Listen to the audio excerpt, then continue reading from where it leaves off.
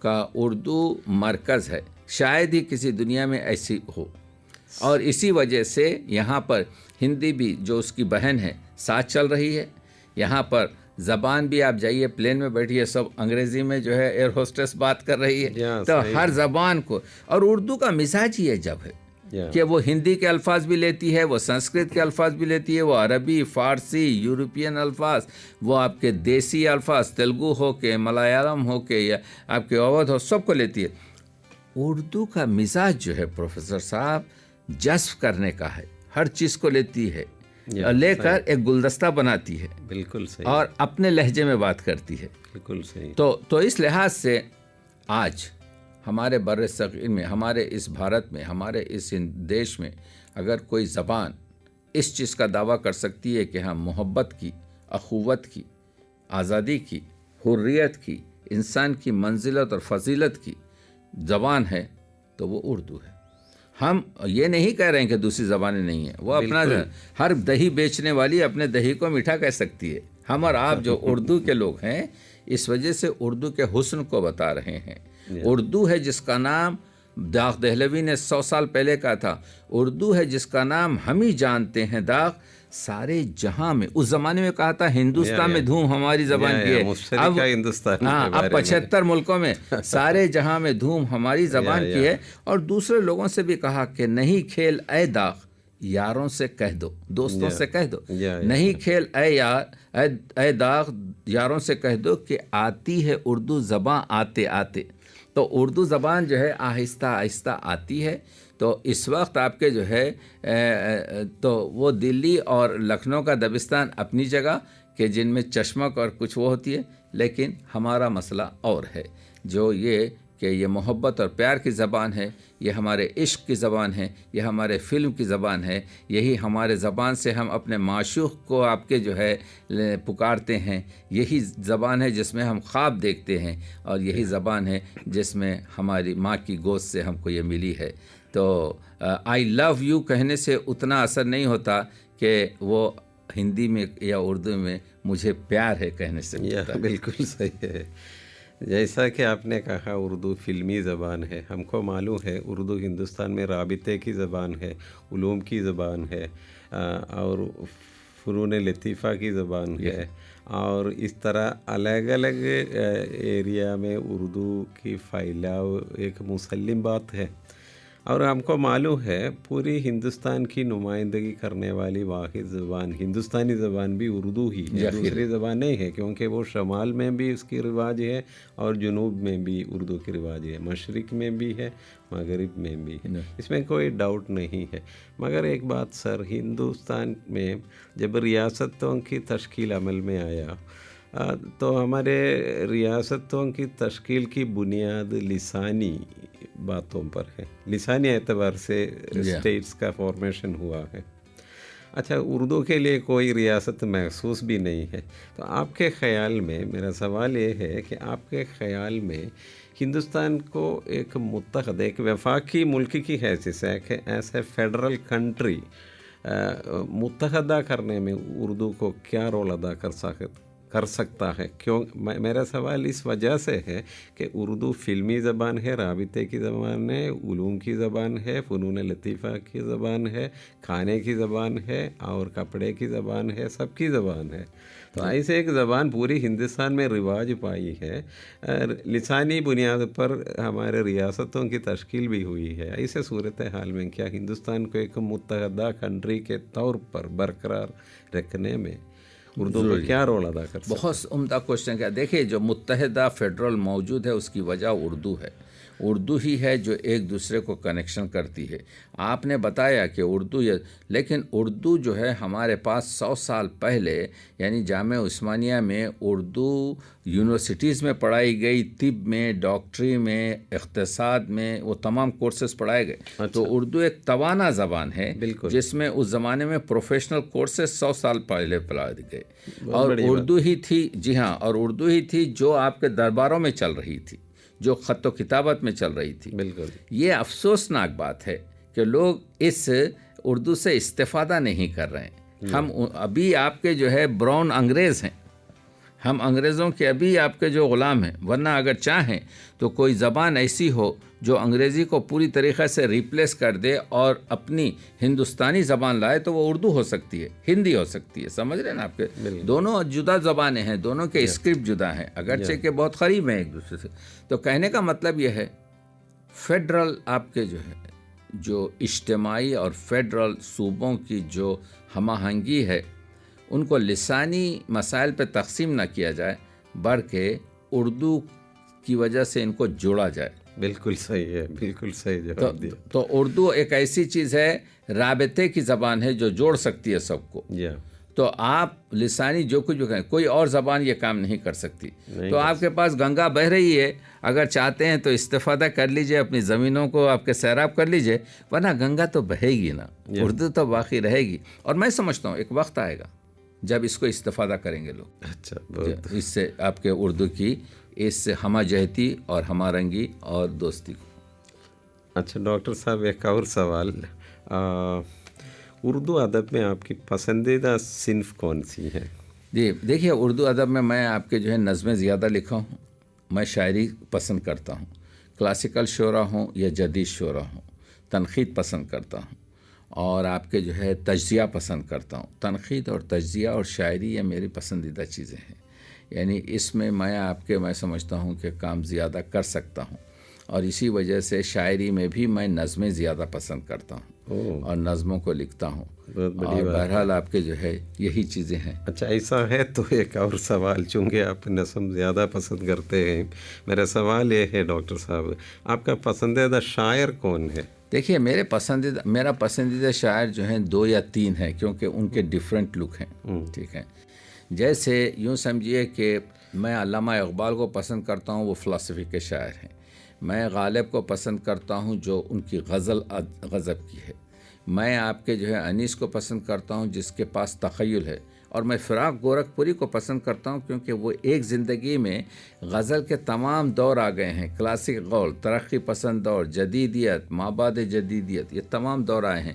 تو یوں سمجھیے کہ میں عاشق گلدستہ ہوں، گل نہیں ہوں. اور اسی وجہ سے آپ میرے کام میں ہمہ رنگی دیکھیں گے. ایک تو کسی ایک پن پوائنٹ پر نہیں آتا، لیکن ہر ایک سے آپ کے جو ہے کچھ نہ کچھ عکس کرتے رہتا ہوں، ہر ایک سے کچھ رنگ، کچھ خوشبو، اور یہی میرا آپ کے جو ہے پسندیدہ ہوا. اچھی بات ہے سر. اور ایک سوال، تحریک آزادی کے زمانے میں ہم نے دیکھا کہ نعرے پورے کے پورے اردو میں، انقلاب زندہ آباد، اور جتنے تحریکیں ہوئے ہیں پورے کے پورے تحریکوں کے سب سے آگے اردو. مثال کے طور پر ترقی پسند تحریک دیکھیں، اس کا تعلق کمیونزم سے ہے، مگر اس تحریک کے سب سے آگے اردو ہی تھی. اس طرح کے ایک ترقی یافتہ زبان کو عام طور پر لوگ سمجھتے ہیں کسی ایک خاص طبقے کی زبان ہے، یا اسے لوگ یہ چاہتے ہیں کسی مذہب سے جڑانے کی کوشش کرتے ہیں. چونکہ ترقی پسندی کے یہ فلیگ بیررز کو یہ اردو کے ساتھ جو انصاف ہو رہے ہیں، اس کے بارے میں آپ کا کیا خیال ہے؟ دیکھیے، اگر اردو آپ کے کاسموپولیٹین نہیں ہوتی، اگر وہ لنگوا فرینکا نہیں ہوتی تو یہ آزادی میں کیسے کام کرتی؟ یعنی اردو کا ایک نعرہ، جیسا آپ نے بتایا، اردو کا ایک جملہ پورے دیش میں پھیل جاتا تھا. اس وقت کیوں دوسری کسی زبان نے آپ کے جو ہے اس طرف توجہ نہیں کی، دوسری زبان کو استعمال نہیں کیا؟ تو اردو جو ہے تنہا زبان ہے جو رابطہ ایسا ہے کہ جس سے استفادہ کیا جاتا ہے. لیکن ایک اردو کے ساتھ دوستی نہیں کی جا رہی ہے. اردو کو ایک فرقے کی زبان کہا جا رہا ہے. اردو ہندوستانی ہے، اردو مسلمان نہیں ہے. اردو آپ کے جو ہے یہاں کے لوگوں کی ہے. اگر ہندوستانی ہے تو وہ 500 جو چکبت سے لے کر، دیا شنکر نسیم سے لے کر، رتن سرشار سے لے کر، نول کشور سے لے کر، آپ کے مغبوم سے لے کر، یہ 400-500 لوگوں کو کس حساب میں آپ رکھیں گے؟ عیسائیوں کو لے کر کس حساب میں آپ رکھیں گے؟ یہ سکھوں کو لے کر کس حساب میں آپ رکھیں گے؟ تو سچ بات یہ ہے، یہ دولت سب کے حصے میں ہے، اور سب نے اردو کی گیسو سنوارا ہے، اردو کو آپ کے جو ہے پہچانا ہے. اور اردو ہی وہ چیز ہے جو آج ملک کے مسائل کو دوسری زبان کی نسبت خوب طریقے سے پیش کر سکتی ہے. اگر ذرا آپ کے جو ہے